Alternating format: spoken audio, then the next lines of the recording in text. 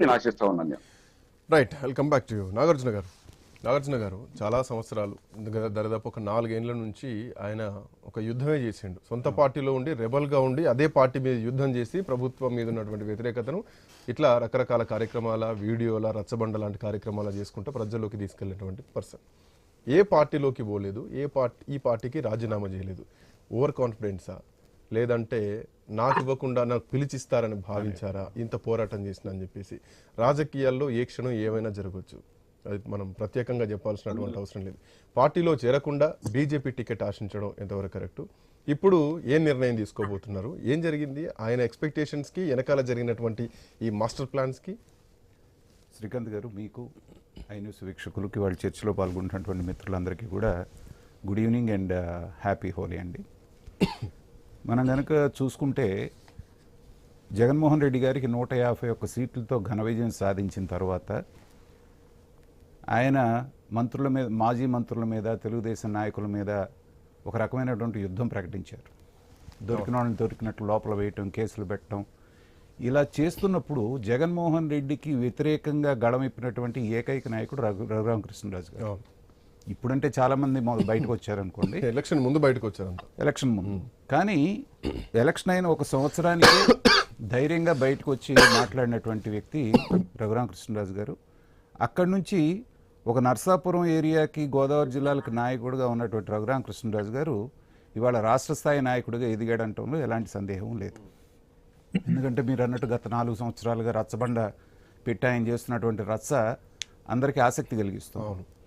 అయితే ఇక్కడ ఏంటంటే రాజకీయాల్లో మీరు అన్నట్టుగా ప్రాంతీయ పార్టీల పద్ధతి ఒక రకంగా ఉంటుంది, జాతీయ పార్టీల పద్ధతి వేరుగా ఉంటుంది.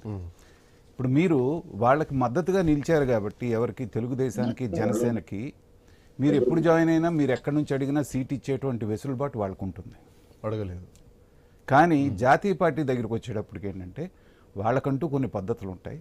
ఇందాక రఘురామ్ గారు చెప్పినట్టుగా మీరు పార్టీలో జాయిన్ అయి ఉంటే చంద్రబాబు నాయుడు కానీ, లేకపోతే పవన్ కళ్యాణ్ గారు కానీ ఆ సీట్ ఆయనకి ఇవ్వండి రిక్వెస్ట్ చేయడానికి అవకాశం ఉంది.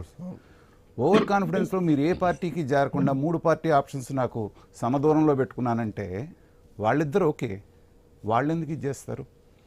తర్వాత జగన్మోహన్ రెడ్డి గారు వెనకాలండి ఆపాడు, అడ్డుపడ్డాడు అంటానికి ఆ రోజున మీకు జ్ఞాపకం ఉంటే ఫైనల్ ఎన్డీలోకి జారబోతున్నప్పుడు తెలుగుదేశం, పవన్ కళ్యాణ్ గారు, చంద్రబాబు నాయుడు గారు, రఘురామకృష్ణరాజు గారే వెళ్ళారు అమిత్ షా దగ్గరికి. సో మీకు గుర్తుందో లేదో, వీళ్ళిద్దరినీ లోపలికి ఎలవ్ చేసి రఘురామకృష్ణరాజు గారిని బయట ఆపేశారు సెక్యూరిటీ వాళ్ళు. ఆ రోజే రకరకాలైనటువంటి స్పెక్యులేషన్స్ వచ్చినాయి. జనరల్గా తెలుగుదేశానికి అనుకూలంగా ఎంతమంది ఉన్నారో భారతీయ జనతా పార్టీలో, తెలుగుదేశంతో పొత్తు పెట్టుకోవడం ఇష్టం లేని వాళ్ళు కూడా కొంతమంది ఉన్నారు. పర్టికులర్గా రఘురామకృష్ణరాజు విషయంలో అధికార పక్షంగా వాళ్ళని అంత తూర్పార పట్టిన తర్వాత అతన్ని అడ్డుకోవడానికి ప్రయత్నమే చేస్తారు. కానీ ఇప్పుడు రఘురామ్ గారు చెప్పినట్టుగా టెక్నికల్గా అది కలిసి వచ్చింది వాళ్ళకి. మీరు కనీసం సభ్యత్వం తీసుకోకుండా మిమ్మల్ని మేము వెంటనే టికెట్ ఇస్తే, పైగా మీరు ఇందాక మీ ఓపెనింగ్ రిమార్క్స్లో చెప్పారు 6 సీట్లలో 5 బయట నుంచి వచ్చినటువంటి పారాచూట్ బ్యాచీలే. మరి ఈ ఒక్కడు కూడా ఇచ్చేస్తే 6 బయట పార్టీల నుంచి వచ్చిన వాళ్ళే. కానీ మరి 30 సంవత్సరాలుగా జెండా మోస్తున్నటువంటి కార్యకర్తలకు అన్యాయం చేశారనేటువంటి విమర్శ కూడా మనమే విమర్శిస్తాం కదా వాళ్ళని. కాబట్టి వాళ్ళ క్యాలిక్యులేషన్లో కూడా మనం కాదంటే పోయేదే ఉంది, తెలుగుదేశం వాళ్ళు అకామిడేట్ చేస్తారు కదా అనేటువంటి ఉద్దేశంతో ఇది చేసి ఉండొచ్చు. అయితే ఏంటంటే అతను చేసిన పోరాటాన్ని మాత్రం ఎవరో మనం కాదంటానికి లేదు. కిరణ్ కుమార్ రెడ్డి విషయం కూడా ఎగ్జాంపుల్ తీసుకోవచ్చు. కిరణ్ కుమార్ రెడ్డి లాంటి వ్యక్తి ఉమ్మడి ఆంధ్రప్రదేశ్ కు ముఖ్యమంత్రిగా చేసి ఆ తర్వాత పార్టీలో చేరాడు కూడా చాలా రోజులైంది. 1 year అయినట్టు. 1 year. ఎక్సెప్షన్ ఏంటంటే ఒక వరప్రసాద్ గారు సరే వాళ్ళకున్నటువంటి కంపల్షన్స్ మూలన పార్టీలో జాయిన్ చేసుకున్న తర్వాతనే ఇచ్చారు.